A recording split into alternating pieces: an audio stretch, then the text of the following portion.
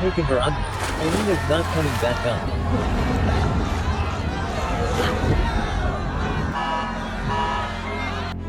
911, what's your emergency? There's blood in the water! She's not coming up! Oh my god, please, you have to send someone!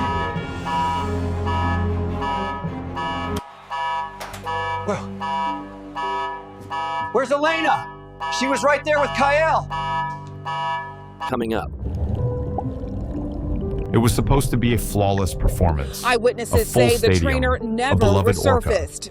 A trainer who had spent years perfecting every move, every signal, but in a matter of seconds, the show turned into a nightmare. This was a tragic, Screams echoed, unforeseeable the water accident. churned, and a rising star vanished beneath the surface, right before the eyes of hundreds. Her name was trusted him more Alina than Westbrook. He was called Nero. And what happened that afternoon didn't just shatter a family. It sent She loved shockwaves those through an animals. She entire believed industry. she was helping them. What if the warning signs had been there all along?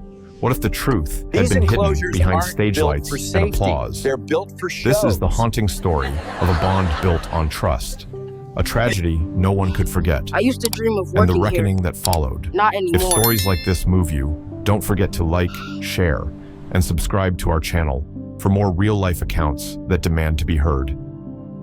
Alina Westbrook grew up in a quiet inland town, far from the crashing waves and salt-laced air of the sea. While her classmates played dress-up and hosted tea parties, Alina buried herself in marine biology books. She memorized every dolphin species, traced orca migration patterns, and filled notebooks with sketches of sea creatures she'd only seen in magazines. There was a quiet longing in her that no one else seemed to understand, a pull toward the vast unknown, a world she'd never seen, but somehow always felt connected to. On her 13th birthday, her parents surprised her with a trip to Ocean Crest, a sprawling marine park nestled along the eastern shoreline. It was a dream made real. As they passed through the entrance gates, Alina was nearly breathless with anticipation, but nothing could have prepared her for that first glimpse of Nero. The stadium was packed, music filled the air, and the crowd roared with excitement. Then, with a burst of white foam and raw energy, an enormous orca launched skyward. Nero's body twisted in midair, water glinting off his black and white skin like armor. Alina watched, wide-eyed, as the orca crashed back into the pool with a thunderous splash. That single moment rooted itself in her heart.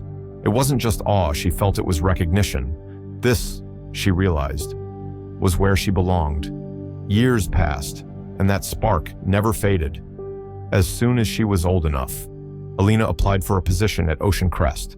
She started at the bottom, scrubbing algae from tank walls, hauling fish buckets, logging animal behavior from behind observation windows. For months, she never touched a whistle. But she was patient, tireless, driven by something deeper than ambition, a profound respect for the animals she was learning to understand. Her dedication did not go unnoticed. Trainers began to trust her judgment, noting how animals responded differently around her. They called it intuition, but Alina knew it was more than that. She didn't just watch the animals, she listened. She paid attention to the subtle shifts in body language, the hesitation in a turn, the tension before a leap. Slowly, she rose through the ranks until one day, she was no longer an assistant. She was a trainer. Among her colleagues, Alina was known for her empathy and quiet determination. She wasn't the loudest, nor the most commanding, but animals seemed to gravitate toward her. Her belief was simple. Trust was earned, not forced. It was a philosophy she carried into every session, every interaction. And then came Nero, larger than any orca she had worked with. Nero was Ocean Crest's crown jewel and its greatest challenge. Whispers swirled about his history, stories too uncomfortable to repeat aloud. But Alina saw something else. Not a monster, not a spectacle, but a being shaped by forces far beyond its control. She didn't flinch. She stepped forward. Long before the spotlight found him, Nero swam as a young calf beside his mother in the icy waters of the North Atlantic. He learned the songs of his pod, echoing clicks and calls that pulsed through the deep like a secret language. The ocean was wide, endless, and filled with rhythm. But one morning, that rhythm shattered. The water churned with foreign vibrations, and nets descended like shadows. There was panic. Splashes turned to silence. Nero was taken. He was only 2 years old when the steel walls of captivity closed around him. The tanks were sterile and loud. Every movement echoed. The salt spray breeze was replaced by recycled air, and the horizon disappeared behind concrete. Nothing resembled the world he knew. The other orcas were strangers, their calls unfamiliar and indifferent. He pressed himself against the tank wall, waiting for a voice he would never hear again. In those early years, Nero didn't fight, he withered. His appetite waned, his spirit dulled. Trainers tried to coax him with toys and frozen fish, but his gaze stayed distant. Eventually, the frustration began to show, not with humans, but with the other whales. There were reports of lunges, of headbutts in the holding pool, of moments when something inside him snapped. To the public, he was a marvel. Behind closed doors, he was becoming a liability. Then, an incident changed everything. During a routine session, a female trainer slipped and fell into the water. What happened next was unclear. No cameras, only stunned witnesses. Some said it looked like play, others claimed it was something more deliberate. The trainer never resurfaced. The official cause of death was ruled an accident, a misstep. But within days, Nero was gone, transferred without announcement to another facility. He arrived at Ocean Crest with no mention of what had happened. There, he was rebranded. New tank, new name, new story. He became the centerpiece of the park's most celebrated performance, Nero, the majestic titan of the sea. Crowds adored him. Children clapped as he breached. Trainers smiled for the cameras. But behind the scenes, his behavior remained unpredictable. He refused commands at times, ignored food offerings. Trainers documented incidents quietly, small red flags that never made it to public view. Only one person didn't see him as a risk. Alina, with her quiet conviction and sharp intuition, saw through the narrative. She didn't speak in absolutes. She didn't pretend Nero was harmless, but she believed in second chances, where others saw a threat. She saw a story that hadn't been finished. She began spending more time near him, studying his movements, observing his silence, not taming him, but listening. In Nero, she didn't see a spectacle. She saw something lost, an animal caught between two worlds, shaped by one and punished by the other.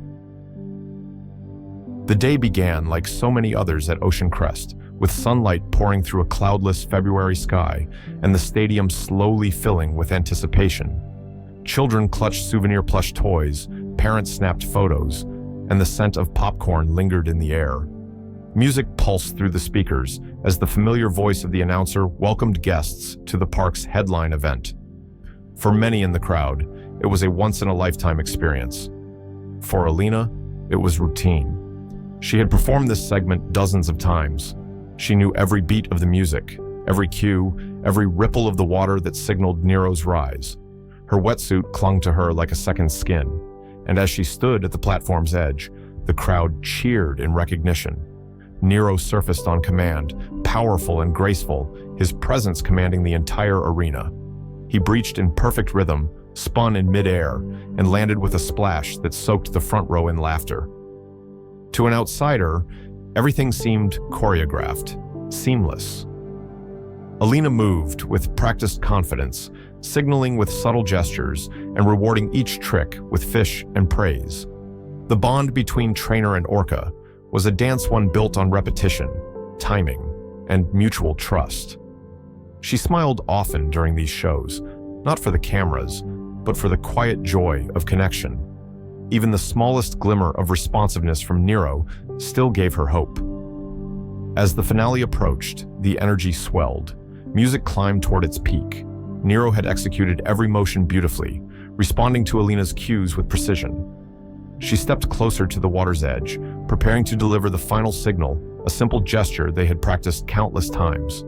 It was the part where Nero would rise one last time, arch into the air, and slide along the platform to end the show. A signature move that always earned a standing ovation. But in the space between gesture and response, something changed. It was imperceptible at first. Nero didn't rise on cue. Alina waited, hand extended, eyes fixed on the water. Then, the surface broke not with the familiar grace of performance, but with weight, sudden and unpredictable. In that moment, the atmosphere in the stadium subtly shifted. Some in the audience leaned forward, curious, others clapped hesitantly, unsure if what they were seeing was scripted. Alina's hand lowered slightly, her focus narrowing. To those watching, nothing seemed overtly wrong yet.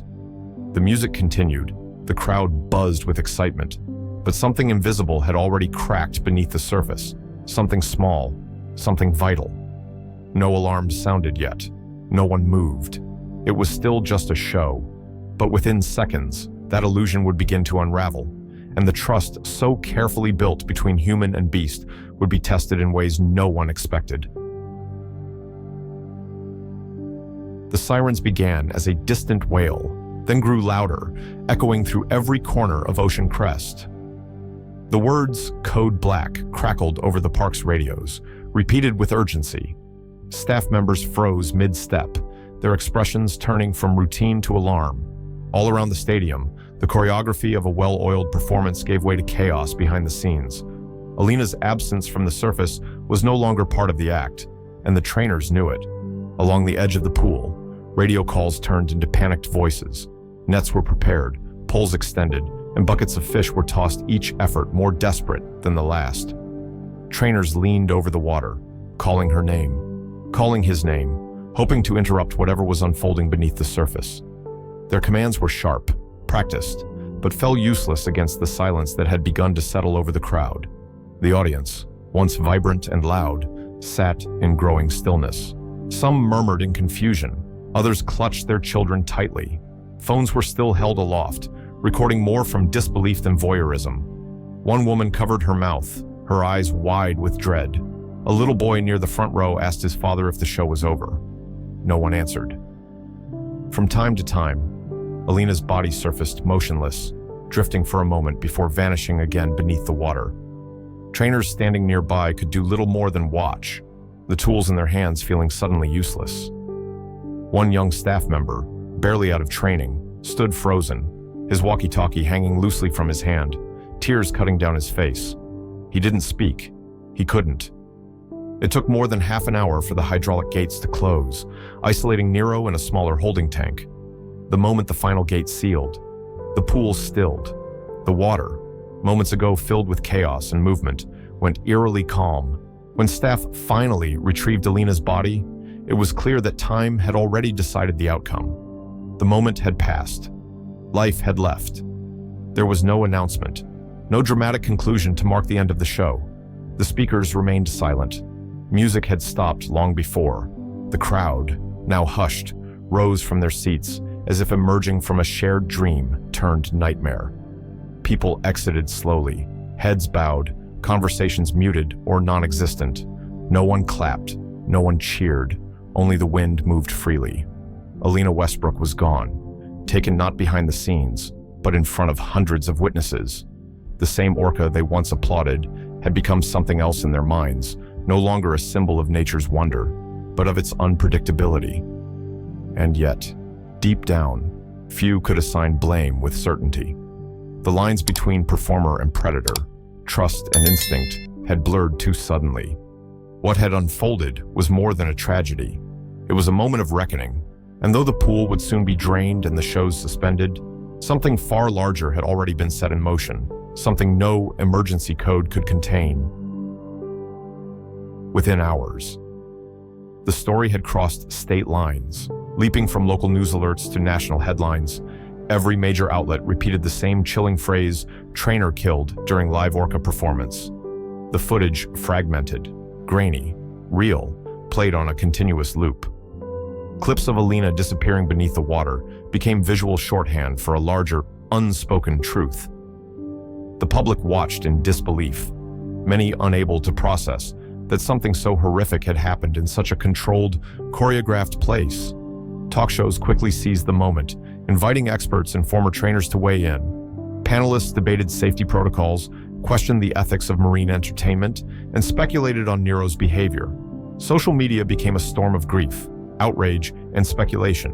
Hashtags emerged overnight, with "Justice for Alina" and "Free Nero" dominating timelines. For some, it was a tragedy. For others, a wake-up call, and for many, it felt like both. Behind the scenes, Ocean Crest scrambled to contain the fallout. A brief statement was released, offering condolences to Alina's family and calling the incident a tragic, unforeseeable accident. But internally, things were far from calm. Staff were told not to speak publicly. Meetings were held in hushed tones. Lawyers hovered. The pressure to preserve the park's image outweighed any inclination toward honesty. Then came the leaks. Anonymous sources began releasing documents, incident reports, trainer complaints, internal memos that painted a different picture. Nero had been flagged repeatedly for erratic behavior. He had refused cues. He had isolated himself from other orcas. In more than one report, trainers voiced concern about his unpredictability, urging caution, but their warnings were buried beneath marketing strategies and performance schedules. The public response shifted. What had been framed as a shocking accident started to look like a preventable failure. People wanted answers. They demanded accountability. The idea that Alina's death might have been avoided if earlier signs had been taken seriously struck a nerve. Her life, her trust, her faith in the system had all of it been misplaced.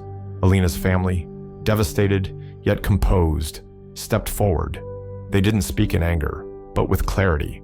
They asked the questions no one else could. Why was Nero still performing? Why weren't the risks disclosed? Why did no one intervene when it mattered most? They spoke not just for Alina, but for every trainer who had ever stepped into the water, trusting that someone had their safety in mind. Animal welfare groups quickly rallied. Protests formed outside Ocean Crest's gates. Petitions gathered hundreds of thousands of signatures. The focus was no longer just on Nero, or even on Alina. It had widened into a reckoning about the ethics of captivity, the limits of control, and the stories hidden beneath polished glass and show lights. What once seemed like an isolated moment of grief had become a national conversation, and it was only getting louder. In the days that followed, the tragedy refused to settle. It lingered in headlines, in conversations over dinner, in the uneasy silence that hung over Ocean Crest's shuttered gates. But it didn't stop there. Investigative journalists, driven by growing public interest, began to dig deeper not just into Alina's death, but into Nero's past. What they found changed everything.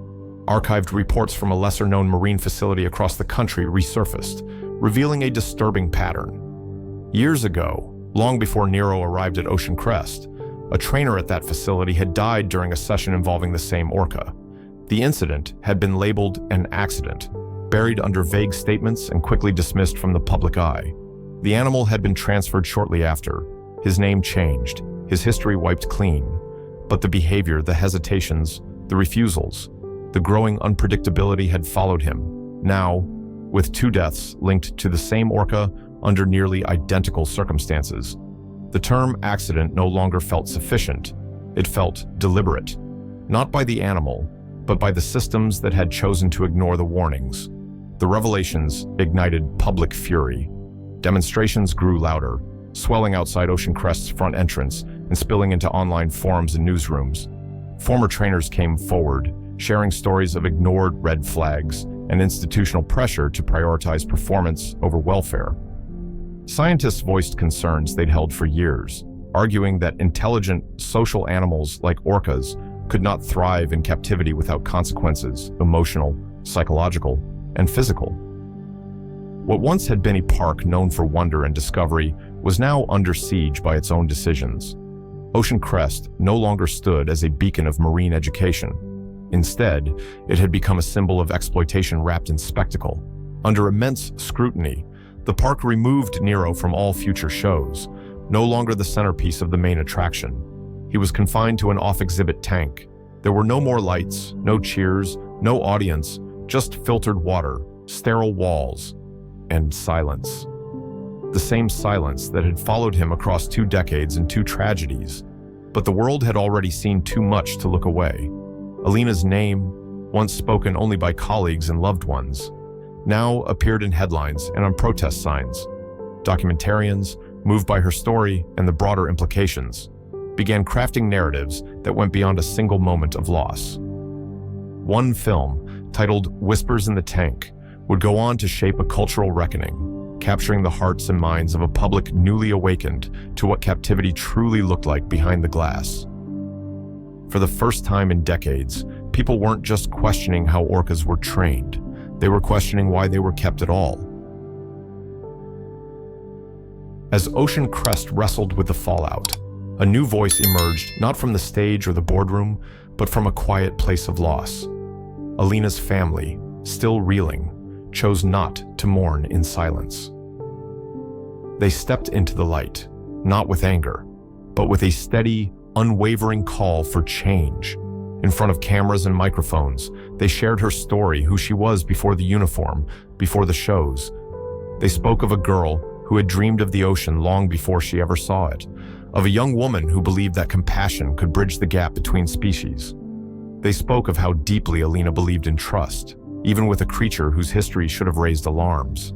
Her love for Nero had not been misguided. It had been pure, earnest, and painfully human.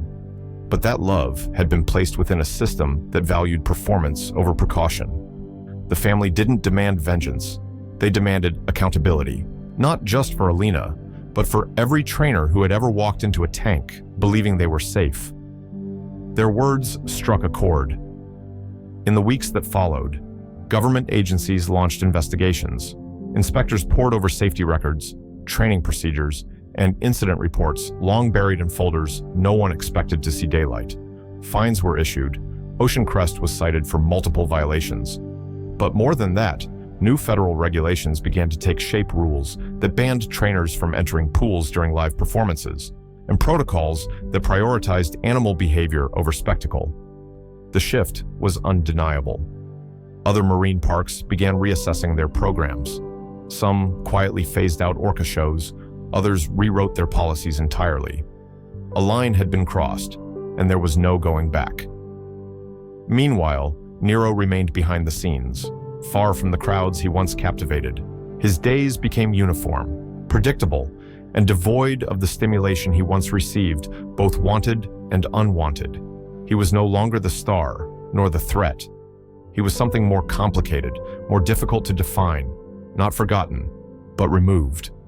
And yet, neither he nor Alina disappeared from the conversation. In classrooms, educators used her story to spark discussions about ethics and responsibility.